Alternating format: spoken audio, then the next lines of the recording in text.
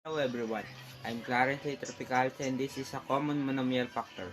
So everyone, I'm explaining how to solve a common monomial factor. For example, 8xy squared and 4x squared y squared. You will see what prime number you can use to calculate the number, and then the variable is multiplied by how many exponents are there.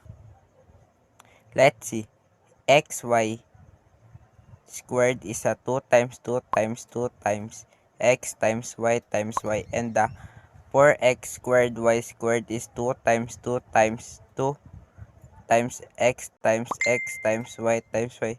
Next, let's just bring down the number that are the same. 2 times 2 times x times y. After that, let's calculate how much we get. 2 times 2 equal 4. Bring down x.